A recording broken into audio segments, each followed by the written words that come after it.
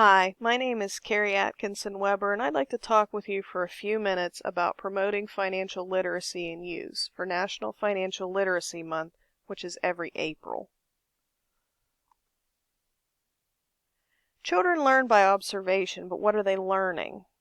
Most children learn about money very informally. They observe the adults in their lives, their parents, their grandparents, maybe some aunts and uncles, and infer the behavior that they see in front of them into a lesson. It stands to reason that when the adults in their lives are making good financial decisions, then they'll learn good financial lessons. However, it also stands to reason that when bad behavior and bad financial decisions are demonstrated in front of them, they also learn that lesson and think that that's normal.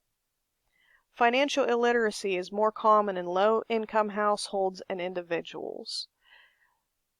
Their children tend to follow the same patterns, and later in life will take out high interest rate loans, have a disproportionate amount of debt, perhaps become involved in money scams. None of this is good. We need to change that. Statistics show that we as a society are failing our children in financial education. In 2008, high school seniors who took a financial literacy exam scored an average of 48%. A passing score was 60%, which in my opinion was still too low. The same year, in the National Longitudinal Survey of Youth, their test found that 27% of high school seniors knew what inflation was and could calculate simple interest. That means that out of every 3 students, at least 2 could not figure out the interest on a car loan.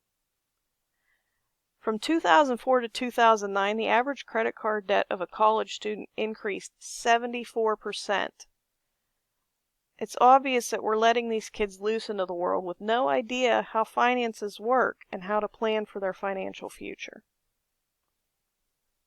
Fortunately, there's a free set of lessons from the Federal Reserve Bank of Philadelphia.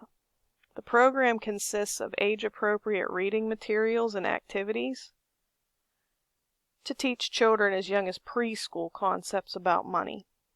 I know that one of the books in the kindergarten to I think it's 2nd grade range is called Bunny Money, and it's about Ruby and Max, and they're popular cartoon and book characters, and the book is adorable.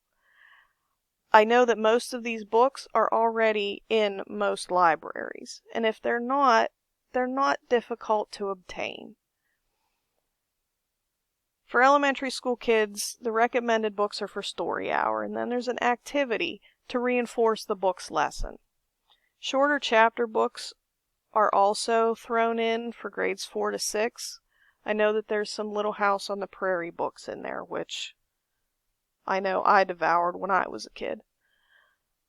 In middle school, they get longer chapter fiction books that are also popular ones. Then they're given an activity to cover the lessons that they should have learned within the week's assigned chapters. Lessons from the Federal Reserve also begin in middle school. Then in high school, the bulk of the lessons are from the Federal Reserve. There are also exhibit lessons with students working in cooperative groups. The groups break off into financial advisors and bankers and people looking to buy houses and different scenarios that will happen in the not too distant future in most of their lives. Our goal as a community, and definitely as librarians, as teachers, is to have a graduating class of seniors be financially literate and able to make solid, informed financial decisions. The bonus of this program is that it's free. It instills a habit of visiting the library from a young age. It creates lifelong learners and makes going to the library a habit into adulthood. That's never a bad thing.